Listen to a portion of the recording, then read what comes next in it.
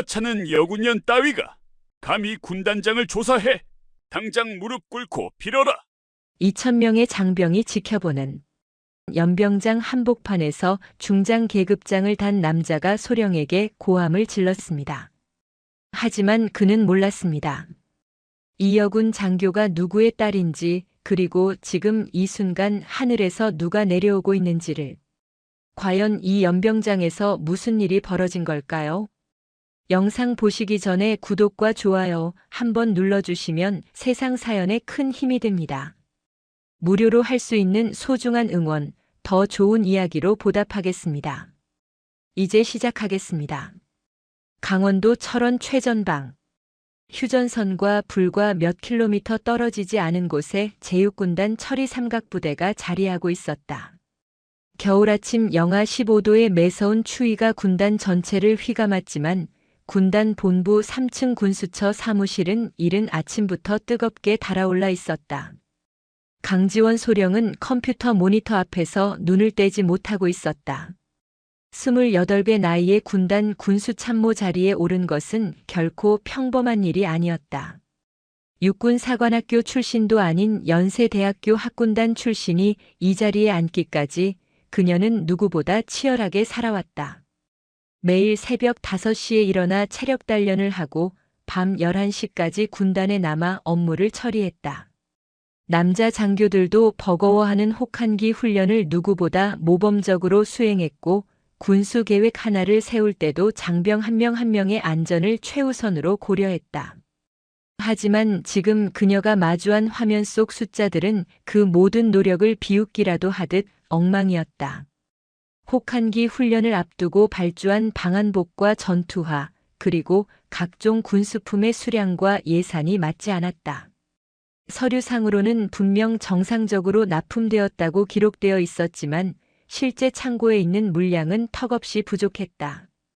게다가 품질도 형편없었다. 장병들이 입는 방한복 안감은 찢어지기 일쑤였고 전투화 밑창은 한 달도 못 가 벗겨졌다. 강지원은 지난 3개월간 이 문제를 추적해왔다. 처음에는 단순한 행정착오라고 생각했다.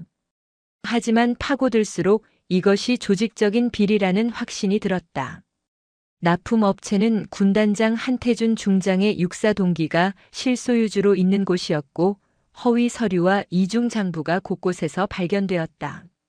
수십억 원대의 예산이 증발한 것이다. 그 돈은 혹한기 최전방을 지키는 3,000여 명 장병들의 생명과 직결된 것이었다. 문제는 이 사실을 알리려 해도 막막하다는 점이었다. 군단 내 주요 참모들은 모두 한태준 중장의 사람들이었다. 그들은 강지원이 조사를 시작하자 노골적으로 방해했다. 문서를 요청하면 분실되었다고 했고 증거를 확보하려 하면 접근 권한이 없다며 막았다. 심지어 몇몇 선임 영관급 장교들은 강지원에게 직접 찾아와 경고했다. 강소령, 군대에서 너무 잘하려고 하면 다친다. 적당히 하고 넘어가는 것도 처세야. 이건 소령 계급이 관여할 문제가 아니야. 군단장님께 누가 되는 일이라고. 하지만 강지원은 물러서지 않았다. 그녀에게는 숨겨진 배경이 있었다. 합동참모의장 서민호 대장, 대한민국 육군 최고위직에 있는 그 사람이 바로 그녀의 아버지였다. 하지만 강지원은 단 한 번도 그 사실을 군단 내에서 밝힌 적이 없었다. 아버지의 힘을 빌리면 이 모든 문제를 단번에 해결할 수 있다는 것을 알았지만 그렇게 하고 싶지 않았다. 그녀는 서민호 대장의 딸이 아닌 강지원 소령으로서 인정받고 싶었다. 스스로의 능력으로 이 군단을 바로 세우고 싶었다. 그날도 강지원은 증거 자료를 정리하고 있었다. 납품업체의 허위 세금 계산서, 이중 장부 사본, 그리고 실제 창고 재고 조사 결과까지 모든 것이 완벽하게 준비되어 있었다. 이제 이것을 어떻게 공식적으로 보고할 것인가가 문제였다. 일반적인 보고 체계로는 한태준 중장에게 먼저 보고해야 했다. 하지만 그것은 증거를 직접 범인에게 건네는 것과 다름없었다. 바로 그때 사무실 문이 열렸다. 인사과 행정병이 급하게 들어오더니 말했다. 강소령님, 군단장님께서 긴급 간부회에 소집하셨습니다. 지금 당장 회의실로 오시라고 하십니다. 강지원의 심장이 빠르게 뛰기 시작했다. 예정에 없던 긴급 회의였다. 한태준 중장이 자신의 조사를 알아챈 것이 분명했다. 하지만 두려움보다는 오히려 각오가 섰다. 이 문제를 끝낼 때가 온 것이다. 회의실로 가는 복도는 평소보다 더 길게 느껴졌다. 강지원은 자료를 담은 파일을 가슴에 품고 회의실 문을 열었다. 안에는 군단의 주요 참모급 장교들이 모두 모여 있었다. 작전참모, 인사참모, 정보참모, 병참참모까지 모두 대령이나 중령급 선임들이었다. 그들의 표정은 하나같이 굳어 있었다. 상석에는 한태준 중장이 앉아 있었다. 50대 중반의 그는 육군사관학교 32기 출신으로 전형적인 육사 엘리트 코스를 밟아온 인물이었다. 하지만 그의 눈빛에는 군인다운 강직함 대신 교활함과 탐욕이 서려 있었다. 강소령 앉게. 한태준 중장의 목소리는 낮고 차갑했다. 강지원은 경례를 올리고 자리에 앉았다. 회의실의 분위기는 냉랭했다.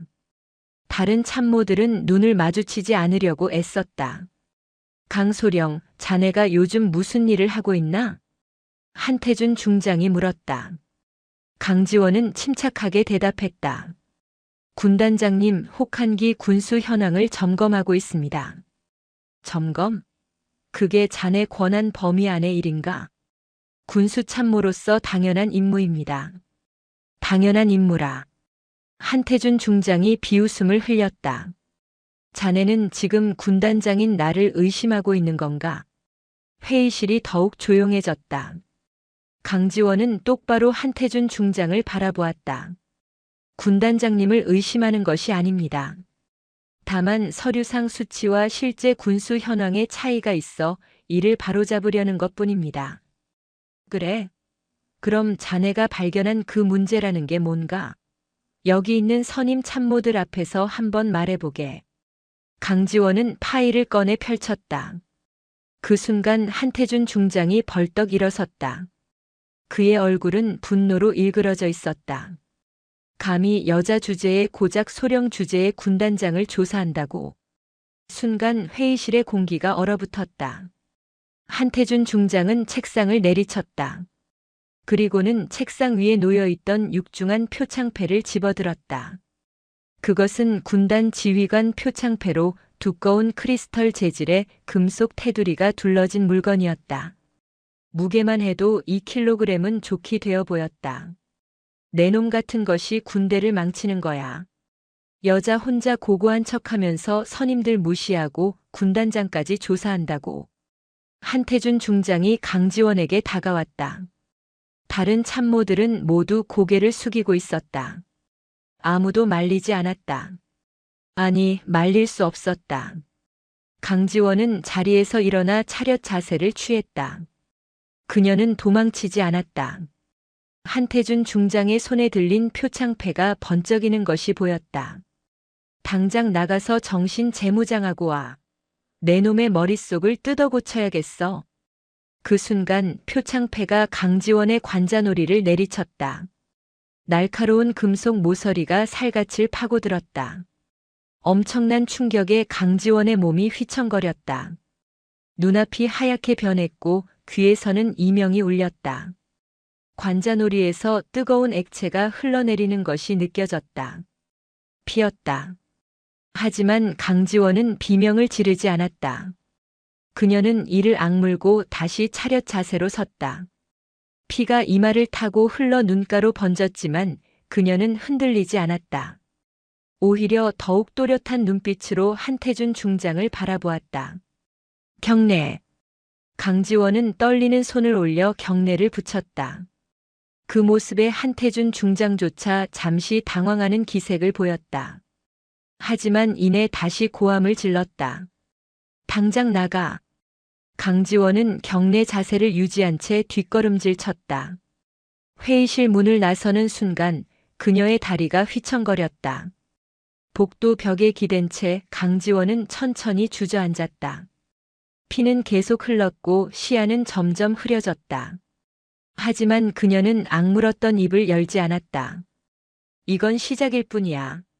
나는 포기하지 않는다. 강지원은 흐르는 피를 닦으며 다시 일어섰다. 찢어진 자존심은 아팠지만 오히려 그 고통이 그녀를 더 강하게 만들었다. 그녀는 비틀거리는 걸음으로 의무대를 향해 걸어갔다. 이마의 상처는 꿰매야 할 정도로 깊었지만 그녀의 의지는 꺾이지 않았다. 복도를 걸으며 강지원은 생각했다. 이 군단의 부패는 한 사람의 고통으로 끝나는 것이 아니었다. 최전방을 지키는 3천여 명 장병들의 생명이 걸린 문제였다. 제대로 된 방한복 없이 영하의 날씨에서 경계 근무를 서야 하는 병사들, 불량 전투화를 신고 산악훈련을 나가야 하는 군단원들, 그들을 생각하면 이 정도 고통은 아무것도 아니었다. 의무대에 도착한 강지원은 군의관에게 간단히 상처를 꿰맸다. 7바늘이었다. 군의관은 폭행 사실을 보고해야 한다고 말했지만 강지원은 단호하게 거절했다. 아직은 때가 아니었다. 그녀에게는 계획이 있었다. 한태준 중장이 저지른 범죄를 완벽하게 입증할 수 있는 증거를 반드시 확보할 것이었다. 그날 밤 강지원은 홀로 집무실에 남아 거울을 바라보았다. 관자놀이의 흉터는 선명했다. 하지만 그녀의 눈빛은 어느 때보다 또렷했다. 이 흉터는 굴욕의 표식이 아니었다. 이것은 싸움의 시작을 알리는 전사의 상처였다. 강지원이 의무대에서 돌아온 다음 날 군단 본부는 이상할 정도로 조용했다. 복도에서 마주치는 장교들은 그녀의 이마에 감긴 붕대를 보고도 눈을 피했다. 어제 회의실에 있던 참모들은 더욱 노골적이었다. 그들은 강지원과 마주치면 급하게 방향을 바꾸거나 아예 다른 층 계단을 이용했다. 침묵의 카르텔이었다. 모두가 알고 있었지만 아무도 말하지 않았다. 강지원은 자신의 집무실로 돌아와 책상 앞에 앉았다. 컴퓨터를 켜려는데 손이 떨렸다. 폭행당한 충격보다 더 큰 것은 이 고립감이었다. 28배 나이에 소령 계급장을 달고 최전방 군단의 군수참모가 되었을 때 그녀는 자신이 해낼 수 있다고 믿었다. 하지만 지금 이 순간 그녀는 완전히 혼자였다. 점심시간이 되었다. 강지원은 평소처럼 간부 식당으로 향했다. 식당에 들어서자 웅성거리던 대화 소리가 뚝 끊겼다. 그녀가 식판을 들고 자리를 찾자 함께 앉아있던 중령급 장교들이 슬그머니 자리를 떴다. 빈 테이블에 홀로 앉아 밥을 먹는데 음식이 목으로 넘어가지 않았다. 바로 그때였다. 누군가 그녀의 맞은편에 식판을 내려놓았다. 고개를 들어보니 40대 중반쯤 되어 보이는 상사 계급장을 단 부사관이 앉아 있었다. 김성호 상사였다. 그는 군수처에서 실무를 담당하는 군수 담당관으로 20년 넘게 군 생활을 해온 베테랑이었다. 소령님 식사하십시오. 김성호 상사의 목소리는 차분했다. 강지원은 그를 바라보았다. 그의 얼굴에는 주름이 깊게 패여 있었고 눈가에는 세월의 흔적이 역력했다. 하지만 그 눈빛만큼은 또렷했다. 상사님께서는 괜찮으십니까? 강지원이 조심스럽게 물었다. 지금 자신과 함께 앉아 있다는 것은 한태준 중장의 눈밖에 날 수 있다는 뜻이었다. 김성호 상사는 담담하게 대답했다. 저는 이등병 때부터 최전방만 22년째입니다. 이제 와서 두려운 것은 없습니다. 그의 말투에는 흔들림이 없었다. 강지원은 그제야 조금 안도했다. 적어도 자신이 완전히 혼자는 아니라는 사실이 위안이 되었다. 식사를 마치고 돌아가려는데 김성호 상사가 낮은 목소리로 말했다. 소령님, 오후 6시에 제3군수창고로 오십시오. 혼자서요. 강지원은 고개를 끄덕였다. 김성호 상사는 더 이상 아무 말 없이 자리를 떴다. 오후 내내 강지원은 업무를 처리하며 시계를 바라보았다. 시간이 유난히 느리게 갔다. 6시가 가까워지자 그녀는 집무실을 나섰다. 제3군수창고는 군단 본부에서 500m쯤 떨어진 외진 곳에 있었다. 주로 오래된 장비나 문서를 보관하는 곳이라 사람들의 발길이 뜸했다.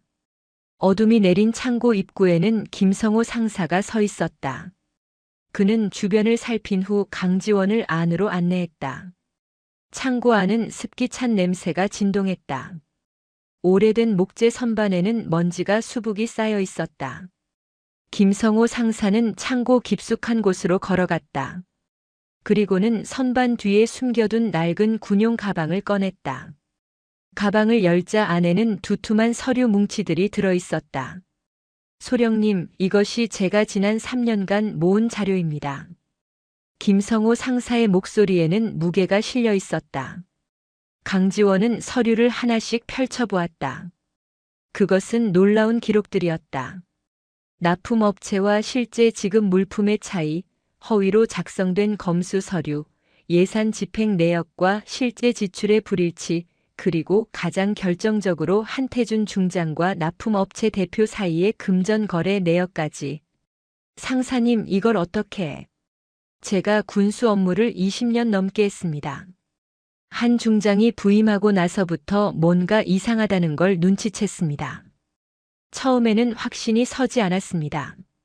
하지만 하나씩 추적하다 보니 이게 조직적인 범죄라는 걸 알게 되었습니다. 김성호 상사는 계속해서 설명했다. 한태준 중장이 부임한 것은 3년 전이었다. 그때부터 군수 물품의 품질이 급격히 떨어지기 시작했다. 방한복은 얇아졌고 전투화는 쉽게 망가졌으며 전투 식량의 양도 줄었다. 장병들은 불만을 제기했지만 묵살되었다. 김성호 상사는 그때부터 혼자 조사를 시작했다. 납품업체 대표 이종석은 한 중장과 육사 32기 동기입니다. 전역 후 군납 사업을 시작했고 한 중장이 이 군단에 부임하면서 본격적으로 비리가 시작되었습니다. 강지원은 서류를 계속 넘겼다. 김성호 상사가 기록한 내용은 놀라울 정도로 상세했다.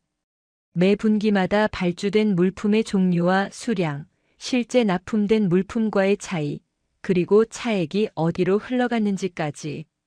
그는 심지어 한태준 중장의 개인 계좌로 입금된 금액까지 추적해 놓았다. 상사님, 이 정도면 충분히 입증할 수 있습니다. 그런데 왜 지금까지 보고하지 않으셨습니까? 김성호 상사는 쓴웃음을 지었다. 소령님, 부사관이 중장을 고발한다? 그게 가능하다고 보십니까? 제가 이 자료를 가지고 군단 감찰실에 가면 도착하기도 전에 제가 먼저 영창에 갈 겁니다. 명령 불복종, 상관 모독, 허위 사실 유포 같은 죄목을 뒤집어 씌우는 건 일도 아닙니다. 강지원은 그의 말이 맞다는 것을 알았다. 군대는 계급 사회였다. 아무리 정당한 문제 제기라도 계급이 낮으면 목소리를 낼 수 없었다. 특히 군단장이라는 절대 권력 앞에서는 더욱 그랬다. 그래서 소령님을 기다렸습니다. 김성호 상사가 강지원을 똑바로 바라보았다. 소령님은 다릅니다. 영관급 장교이고 군단 참모입니다. 그리고 무엇보다 이 문제를 끝까지 파고들 용기가 있으십니다. 어제 회의실에서 있었던 일 다들 못 본 척했지만 저는 봤습니다. 소령님이 맞고도 굴복하지 않는 걸 봤습니다. 강지원의 가슴이 뜨거워졌다. 22년 동안 묵묵히 자리를 지켜온 이 부사관이 혼자서 위험을 감수하며 증거를 모아온 이 사람이 자신을 믿고 기다려준 것이다. 상사님, 이 자료면 충분합니다. 제가 반드시 이 문제를 해결하겠습니다. 소령님, 조심하십시오. 한 중장은 위험한 사람입니다. 자신의 이익을 위해서라면 뭐든 합니다. 어제 소령님을 폭행한 것도 경고였습니다. 다음에는 더 심할 겁니다. 알고 있습니다. 하지만 물러설 수 없습니다. 강지원은 서류 뭉치를 가방에 넣었다. 무게가 상당했다. 하지만 이것은 단순한 종이 뭉치가 아니었다. 이것은 3천여 명 장병들의 생명을 지킬 수 있는 무기였다. 창고를 나서려는데 김성호 상사가 다시 말했다. 소령님, 한 가지만 더 말씀드리겠습니다. 이 군단의 비리는 한 명의 군인만 다치는 것으로 끝나지 않습니다. 작년 겨울 불량 방한복 때문에 동상에 걸린 병사가 12명이었습니다. 그중 2명은 손가락을 절단해야 했습니다. 불량 전투화 때문에 행군 중 발목을 다친 병사는 28명이었습니다. 이건 단순한 부정부패가 아닙니다. 이건 살인입니다. 강지원은 고개를 끄덕였다. 그녀의 결심은 더욱 확고해졌다. 그날 밤 강지원은 자신의 숙소에서 밤을 새웠다. 김성호 상사가 준 자료를 하나하나 분석했다. 납품 계약서, 세금 계산서, 검수 보고서, 입출고 내역, 그리고 은행 거래 내역까지 모든 것이 맞물렸다. 한태준 중장과 이종석은 치밀하게 계획을 세웠다. 서류상으로는 정상적인 거래처럼 보이게 만들었지만 실제로는 질 낮은 제품을 납품하고 차액을 챙겼다. 강지원은 계산기를 두드렸다. 지난 3년간 빼돌린 금액은 무려 78억 원이었다. 그 돈이면 군단 전체에 최신 방한 장비를 지급하고도 남을 금액이었다. 하지만 그 돈은 한태준 중장과 이종석의 주머니로 들어갔고 최전방 장병들은 추위에 떨어야 했다. 새벽 4시가 넘어서야 강지원은 모든 분석을 마쳤다. 그녀는 증거 자료를 USB에 복사하고 원본은 안전한 곳에 숨겼다. 이제 문제는 이것을 어떻게 공식화하느냐였다. 일반적인 보고 체계로는 불가능했다. 군단장에게 보고하는 것은 자살 행위나 다름없었다. 그렇다고 야전군 본부에 직접 보고하는 것도 위험했다. 증거가 사라질 수 있었다. 강지원은 책상 서랍을 열었다. 그 안에는 오래전 아버지가 준 비상 연락망이 적힌 수첩이 있었다. 서민호 대장 합동 참모의장. 하지만 그녀는 그 수첩을 다시 서랍에 넣었다. 아직은 아니었다. 그녀는 아버지의 힘을 빌리지 않고 이 문제를 해결하고 싶었다. 창밖으로 동이 트기 시작했다. 강지원은 다시 군복을 입고 거울을 바라보았다. 이마의 붕대는 여전했다. 하지만 그녀의 눈빛은 어제보다 더 강했다. 그녀에게는 이제 무기가 있었다. 김성호 상사가 3년간 모은 증거, 그리고 함께 싸울 동지. 이제 반격을 시작할 때였다. 혹한기 훈련이 시작된 지 일주일이 지났다. 영하 20도를 오르내리는 혹독한 추위 속에서 군단 전체가 전투 태세를 유지하고 있었다. 그리고 금요일 오전 10시 군단 연병장에서 훈련 강평회가 예정되어 있었다. 강지원은 전날 밤을 꼬박 세워 군수 개선 계획서를 작성했다. 김성호 상사가 제공한 증거 자료를 바탕으로 현재의 군수 체계 문제점과 개선 방안을 정리했다. 물론 직접적으로 한태준 중장의 비리를 명시할 수는 없었다. 하지만 현재의 군수 문제를 지적하고 정상적인 군수 체계로 복귀할 것을 건의하는 내용이었다. 이것이 공식 석상에서 문제를 제기할 수 있는 유일한 방법이었다. 아침 9시 강지원은 군수처 사무실에서 계획서를 출력했다. 25페이지 분량의 보고서였다. 그녀는 보고서를 투명 파일에 넣고 연병장으로 향했다. 복도에서 김성호 상사와 마주쳤다. 소령님, 정말 하시겠습니까? 김성호 상사의 목소리에는 걱정이 묻어났다. 강지원은 고개를 끄덕였다. 상사님께서 3년간 모은 자료입니다. 이제 빛을 봐야 합니다. 한 중장이 가만히 있지 않을 겁니다. 알고 있습니다. 하지만 더 이상 미룰 수 없습니다. 강지원은 연병장으로 걸어갔다.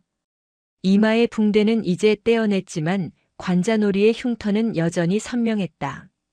그 흉터를 보는 사람마다 고개를 돌렸지만 강지원은 개의치 않았다. 연병장에는 이미 2천여 명의 장병이 집결해 있었다. 혹한기 훈련에 참가한 주요 군단원들이었다. 그들은 추위에 떨며 도열해 있었다. 방한복을 입고 있었지만 바람이 뚫고 들어왔다.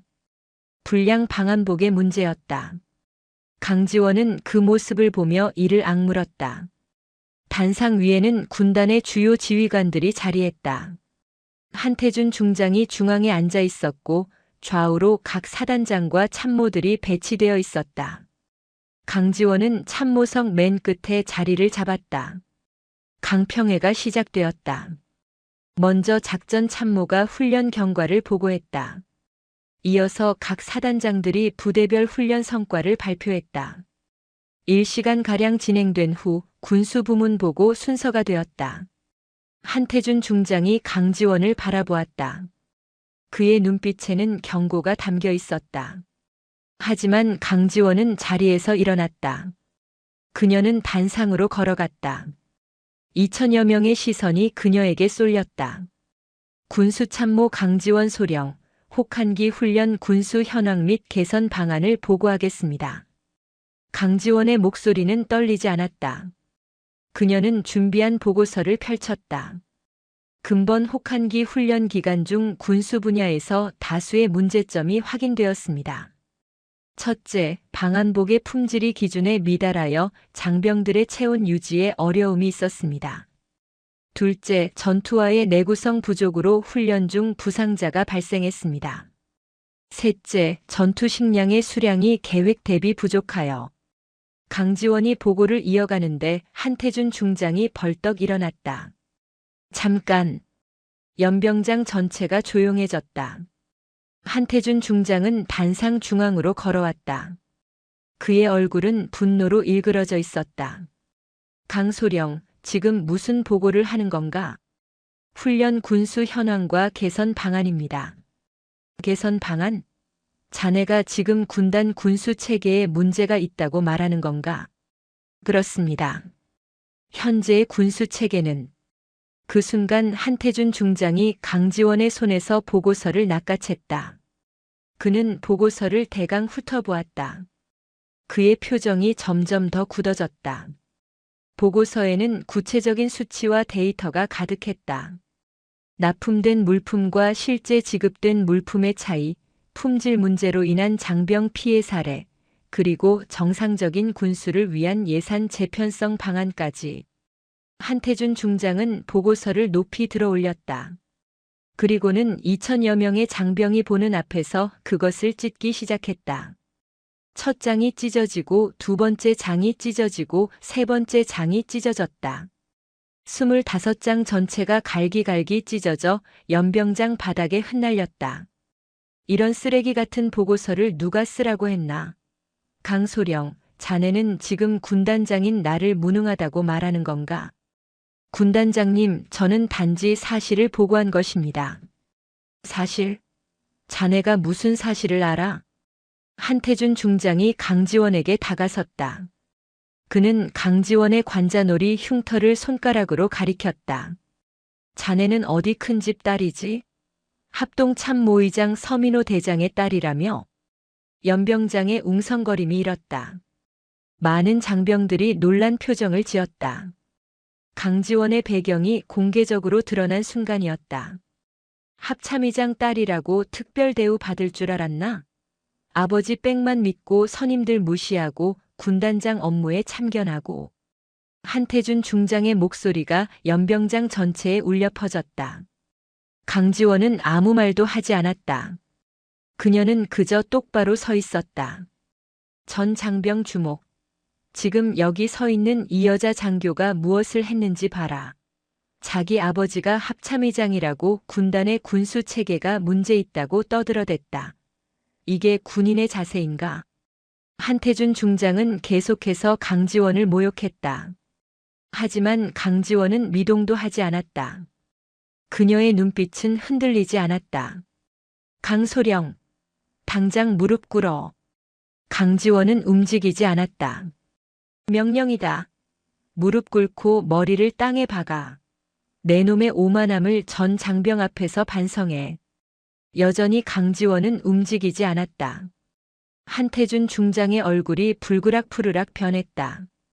군인이 명령을 거부하나 당장 무릎 꿇으라고. 그 순간 연병장 대열 속에서 한 명의 부사관이 앞으로 나섰다. 김성호 상사였다. 그는 우렁찬 목소리로 외쳤다. 군단장님, 강소령님의 보고는 정당합니다. 현재 군수 체계에는 명백한 문제가 있습니다. 한태준 중장이 김성호 상사를 노려보았다. 닥쳐. 내 놈은 어디 소속이냐? 군수처 김성호 상사입니다. 저는 22년간 군수 업무를 담당했으며 현재의 비리를 목격했습니다. 연병장이 술렁이기 시작했다. 한태준 중장은 당황한 기색을 보였다. 상황이 자신의 통제를 벗어나고 있었다. 당장 입 닥치고 대열로 돌아가. 안 그러면 군사재판이다. 바로 그때였다. 연병장 상공에서 굉음이 들려왔다. 처음에는 작은 소리였지만 점점 커졌다. 헬리콥터 프로펠러 소리였다. 모든 사람들이 하늘을 올려다보았다. 검은색 헬기 한 대가 연병장 상공으로 접근하고 있었다. 그것은 일반 군용 헬기가 아니었다. VIP 전용기였다. 헬기는 연병장 중앙을 향해 하강하기 시작했다. 강한 바람이 일어나 연병장의 먼지를 날렸다. 헬기가 착륙하기도 전에 연병장 입구로 헌병대 차량들이 줄지어 들어왔다. 7대, 8대, 10대. 군사경찰 차량까지 합치면 20대가 넘었다. 헌병들이 차에서 내려 연병장을 포위했다. 한태준 중장의 얼굴이 새하얗게 질렸다. 그는 무슨 일이 벌어지고 있는지 알아챘다. 헬기가 완전히 착륙했다. 문이 열리고 한 명의 고위 장성이 내렸다. 그는 어깨에 별 4개를 달고 있었다. 합동참모의장 계급장이었다. 서민호 대장이었다. 연병장에 있던 모든 장병이 경직되었다. 서민호 대장은 헬기에서 내려 천천히 걸어왔다. 그의 표정은 차가웠다. 옆에는 헌병감실장과 군사경찰 중앙수사대장이 동행하고 있었다. 한태준 중장이 황급히 경례를 올렸다. 제육군단장 한태준 중장, 합동참모의장님께 경례. 하지만 서민호 대장은 그를 보지도 않았다. 그는 단상 위에 서 있는 강지원을 향해 걸어갔다. 강지원의 얼굴에는 먼지가 묻어 있었고 관자놀이의 흉터가 선명했다. 군복은 구겨져 있었고 손에는 찢어진 보고서 조각 몇 장이 쥐어져 있었다. 서민호 대장이 딸 앞에 멈춰 섰다. 그는 강지원의 얼굴을 자세히 바라보았다. 관자놀이의 흉터, 구겨진 군복, 그리고 굴하지 않는 눈빛. 서민호 대장의 눈에 무언가가 스쳤다. 분노였다. 그는 천천히 몸을 돌려 한태준 중장을 바라보았다. 연병장 전체가 숨죽였다. 서민호 대장의 목소리가 차갑게 울려 퍼졌다. 한태준 중장, 지금 내 딸에게 무슨 짓을 한 건가? 그 한마디에 군단 전체의 시간이 멈췄다. 연병장의 공기가 얼어붙었다. 2000여 명의 장병이 숨소리조차 내지 못한 채 이대치 상황을 지켜보고 있었다. 서민호 대장의 질문에 한태준 중장은 입을 열지 못했다. 그의 얼굴은 창백했고 이마에는 식은땀이 맺혔다. 질문에 답하게. 내 딸의 얼굴에 난 상처는 무엇인가? 서민호 대장의 목소리는 낮았지만 그 안에는 억눌린 분노가 담겨 있었다. 한태준 중장이 더듬거리며 대답했다. 그것은 총장님 훈련 중 발생한 사고입니다. 사고? 서민호 대장이 한 걸음 다가섰다. 그는 한태준 중장보다 한 뼘은 더 컸고 그 존재감은 압도적이었다. 군단장이 소령을 표창패로 구타한 것이 사고인가? 한태준 중장의 눈이 커졌다. 서민호 대장이 이미 모든 것을 알고 있다는 뜻이었다. 하지만 한태준 중장은 끝까지 발뺌하려 했다. 총장님, 그것은 오해입니다. 저는 다만 군기를 바로잡기 위해 군기를 바로잡기 위해 부하 장교를 폭행했다고. 서민호 대장이 강지원을 바라보았다. 그는 딸에게 다가가 관자놀이의 흉터를 조심스럽게 살펴보았다. 일주일이 지났지만 상처는 여전히 선명했다. 꿰맨 자국이 또렷했다. 지원아. 서민호 대장이 처음으로 딸을 이름으로 불렀다. 강지원은 차렷 자세를 유지한 채 대답했다. 예, 총장님. 고생했다. 잘 견뎌줘서 고맙다. 그 한마디에 강지원의 눈가가 붉어졌다. 하지만 그녀는 눈물을 흘리지 않았다. 서민호 대장은 다시 한태준 중장을 향해 돌아섰다. 한 중장, 자네는 지금 대한민국 육군 장성으로서 부하를 폭행했다. 그것도 정당한 업무 수행 중인 참모 장교를. 이것이 첫 번째 죄목이다. 한태준 중장이 변명하려 했지만 서민호 대장이 손을 들어 막았다. 아직 끝나지 않았네. 내가 여기 온 이유는 단순한 폭행 사건 때문이 아니야. 서민호 대장이 헌병 감실장에게 고개를 끄덕이자 실장이 서류 가방을 열어 두꺼운 파일을 꺼냈다. 서민호 대장은 그것을 받아들고 천천히 펼쳤다. 지난 3년간 제육군단의 군수 예산 집행 내역이다. 총액 78억 원이 사라졌다. 납품된 것으로 기록된 물품들은 실제로 창고에 없거나 있어도 품질이 기준에 한참 못 미친다. 그 차액은 어디로 간 건가? 한태준 중장의 얼굴이 흑빛으로 변했다. 그는 아무 말도 하지 못했다. 바로 그때 대열 속에서 김성호 상사가 다시 앞으로 나섰다. 그는 우렁찬 목소리로 보고했다. 합동참모의장님, 군수처 김성호 상사 긴급 보고 드리겠습니다. 서민호 대장이 김성호 상사를 바라보았다. 김성호 상사는 흔들림 없는 목소리로 말을 이었다. 강지원 소령님의 관자놀이 상처는 일주일 전 군단 간부회의 중 한태준 군단장이 지휘관 표창패로 폭행하여 발생한 것입니다. 당시 회의실에는 군단의 모든 주요 참모들이 있었으며 저는 그날 회의실 밖에서 이 장면을 목격했습니다. 연병장의 웅성거림이 일었다. 김성호 상사는 계속했다. 한태준 군단장이 강 소령님을 폭행한 이유는 강 소령님이 군단 군수 비리를 조사했기 때문입니다. 저는 지난 3년간 이 비리의 증거를 수집해왔습니다. 김성호 상사는 품속에서 봉투 하나를 꺼냈다. 그 안에는 USB 메모리가 들어있었다. 그는 그것을 서민호 대장에게 전달하기 위해 단상으로 올라왔다. 이 안에 모든 증거가 있습니다. 납품업체와의 허위 계약서, 이중장부, 불법 리베이트 수수 내역, 그리고 한태준 군단장의 개인 계좌 입금 기록까지 전부 있습니다. 서민호 대장이 USB를 받았다. 그는 옆에 있던 헌병감 실장에게 건넸고 실장은 즉시 노트북을 꺼내 내용을 확인하기 시작했다. 몇 분간의 침묵이 흘렀다. 헌병감 실장의 얼굴이 점점 굳어졌다.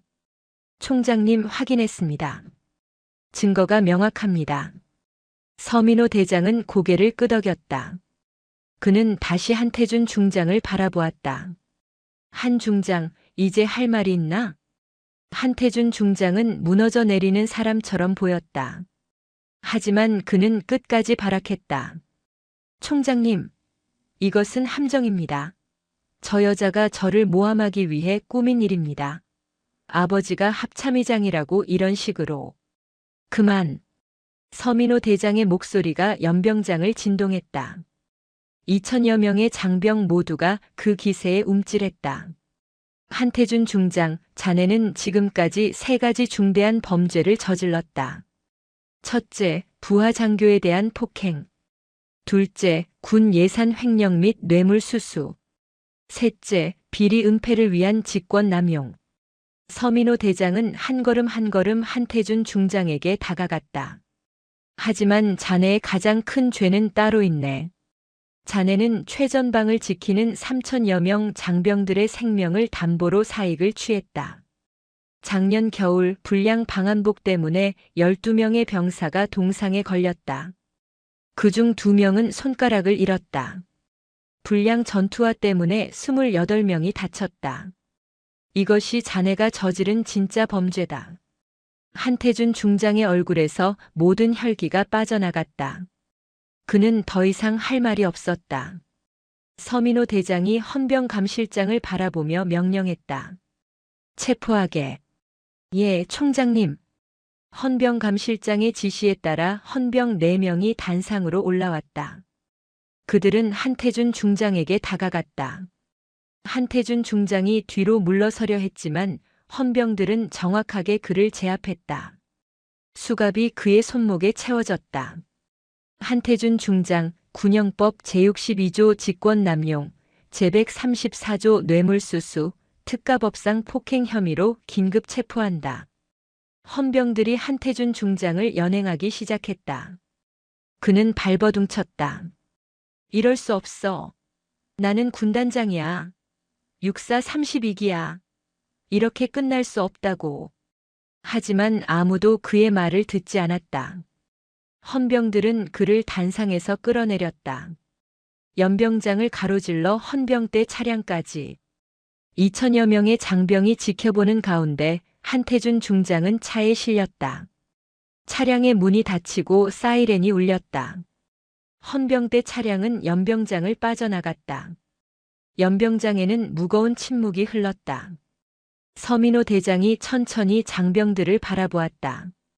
그는 단상 중앙으로 걸어가 전 장병을 향해 말했다. 제육군단 장병 여러분. 오늘 여기서 여러분이 목격한 것은 군의 정의가 무엇인지 보여주는 사례입니다. 계급이 높다고 지위가 높다고 해서 부정을 저지를 권리는 없습니다. 군인의 가장 큰 임무는 나라를 지키는 것이고 그 다음은 전우를 지키는 것입니다. 한태준 전 군단장은 이 2가지를 모두 저버렸습니다. 서민호 대장의 목소리는 무겁지만 명확했다. 하지만 이 군단에는 여전히 군인의 본분을 지킨 사람들이 있습니다. 강지원 소령은 폭행을 당하면서도 굴하지 않고 진실을 추구했습니다. 김성호 상사는 3년간 위험을 무릅쓰고 증거를 수집했습니다. 이들이 진짜 군인입니다. 서민호 대장이 강지원과 김성호를 바라보았다. 2 사람 앞으로. 강지원과 김성호가 단상 중앙으로 나왔다. 서민호 대장은 그들을 향해 경례를 올렸다. 합동참모의장이 소령과 상사에게 경례를 올리는 장면이었다. 연병장의 모든 장병이 숨죽이며 지켜보았다. 2 사람의 용기와 헌신에 감사한다. 대한민국 육군이 여러분 같은 군인을 가진 것을 자랑스럽게 생각한다. 강지원과 김성호가 경례로 답했다. 그들의 눈가에는 눈물이 맺혀 있었다. 서민호 대장이 다시 전 장병을 향해 말했다. 제육군단은 앞으로 정상화될 것입니다. 빼돌린 예산은 모두 회수하여 장병 복지에 사용할 것입니다. 새로운 군단장이 곧 부임할 것이며 이 군단은 다시 대한민국 최고의 군단으로 거듭날 것입니다. 그의 말이 끝나자 연병장 곳곳에서 박수 소리가 터져 나왔다. 처음에는 작았지만 점점 커졌다. 2000여 명의 장병 모두가 박수를 쳤다. 그것은 정의가 승리한 순간이었다. 서민호 대장은 딸에게 다가가 어깨에 손을 올렸다. 지원아, 정말 잘했다. 아버지로서가 아니라 군인으로서 말하는 것이다. 너는 자랑스러운 대한민국 육군 장교다. 강지원은 더 이상 눈물을 참을 수 없었다. 하지만 그것은 슬픔의 눈물이 아니었다. 승리의 눈물이었다. 한태준 전 군단장의 군사재판은 체포 후 1달 만에 열렸다. 국군수도병원 지하에 위치한 군사법정은 연일 취재진과 방청객으로 붐볐다. 군단장급 장성의 비리 사건은 군 전체를 뒤흔들었고 언론은 연일 이 사건을 톱으로 다뤘다. 재판은 신속하게 진행되었다. 김성호 상사가 3년간 수집한 증거는 완벽했다. 납품업체 대표 이종석과 주고받은 이메일, 비자금 계좌 입출금 내역, 허위 검수 서류, 그리고 실제 장병 피해 사례까지. 검찰은 한태준에게 징역 12년을 구형했다. 강지원은 증인으로 법정에 섰다. 재판장이 물었다. 증인은 피고인으로부터 직접적인 폭행을 당했습니까? 예, 그렇습니다. 폭행 당시 상황을 설명해 주십시오. 강지원은 담담하게 증언했다. 군단 간부 회의실에서 있었던 일, 표창패로 관자놀이를 가격당한 순간, 그리고 그 후의 협박까지. 그녀의 증언은 흔들림이 없었다. 재판장 앞에서도 그녀는 군인이었다. 최종 판결이 내려졌다. 징역 10년 전역 및 군인연금 박탈.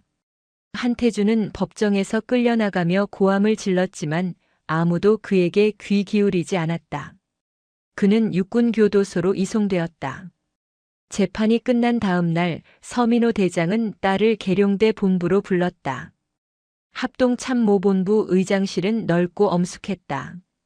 벽면에는 태극기와 군기가 걸려 있었고 책상 위에는 전국의 군 작전 상황이 실시간으로 표시되는 모니터가 놓여 있었다.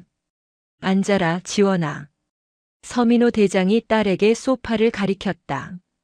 이곳에서는 아버지로서 말할 수 있었다. 강지원은 조심스럽게 앉았다. 고생 많았다. 이번 일로 몸과 마음이 많이 상했을 텐데.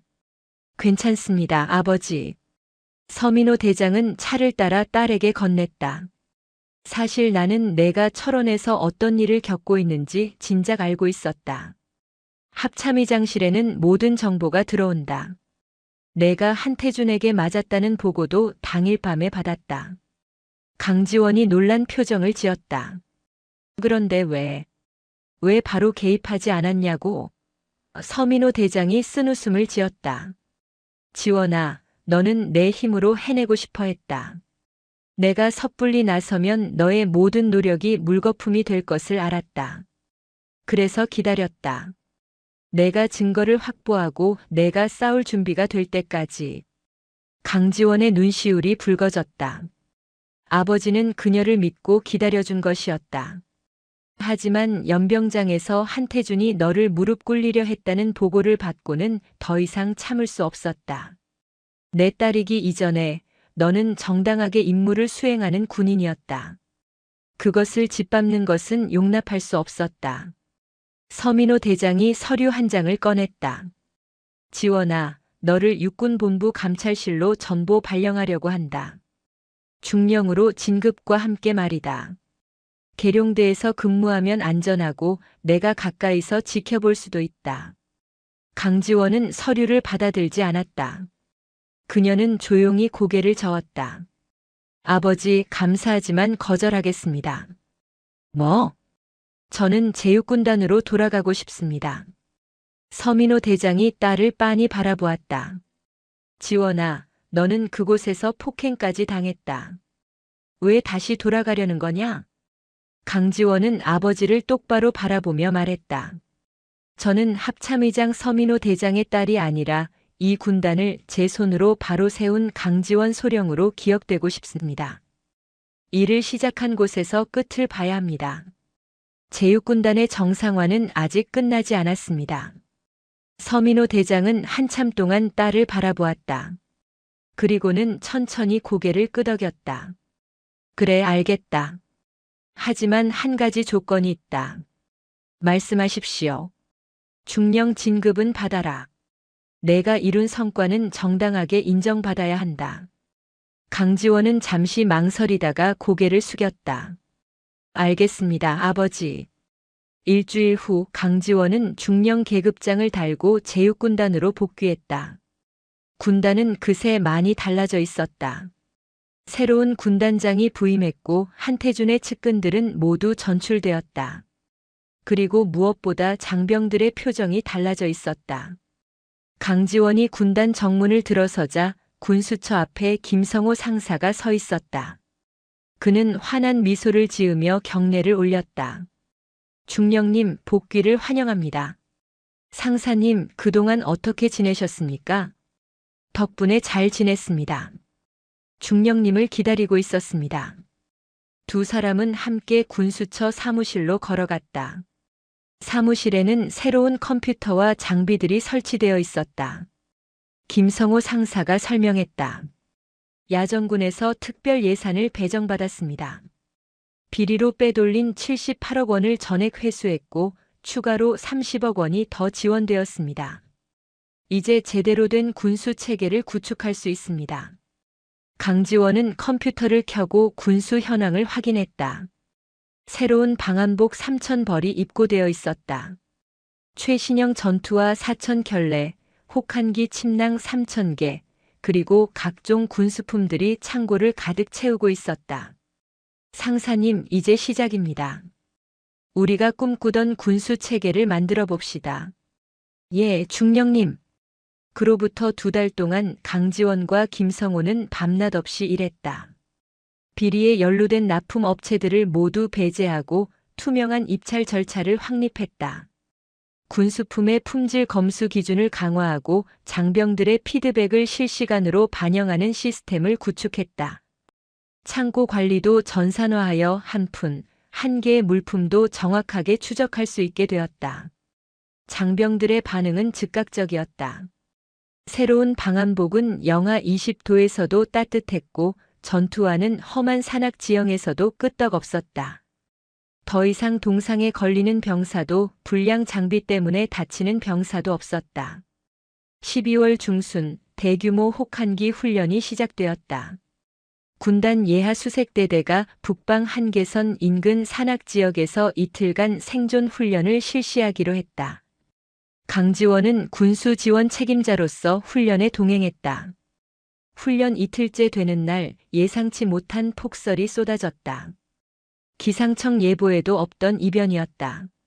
수색대대 1개 소대가 고립되었다는 보고가 들어왔다.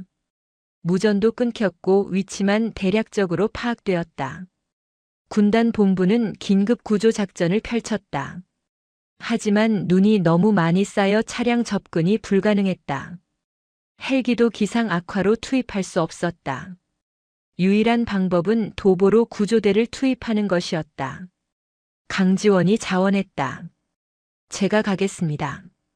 군단장이 만류했다. 중령 참모가 직접 나설 일이 아닙니다. 군단장님, 제가 군수한 장비로 훈련 중입니다. 문제가 생기면 제가 책임져야 합니다. 그리고 무엇보다 저는 현장을 알아야 합니다. 군단장은 한참을 고민하다가 허락했다. 좋습니다. 하지만 정예 요원들과 함께 가십시오. 강지원은 김성호 상사와 특전사 출신 부사관 5명으로 구성된 구조팀을 꾸렸다. 그들은 최신 방한복을 입고 구조 장비와 비상 군수품을 챙겨 출발했다. 눈은 무릎까지 쌓여 있었다. 영하 25도의 살을 애는 추위 속에서 그들은 6시간을 행군했다. GPS로 고립된 소대의 위치를 추적하며 산을 올랐다. 강지원은 한 번도 뒤처지지 않았다. 오히려 앞장서서 길을 열었다.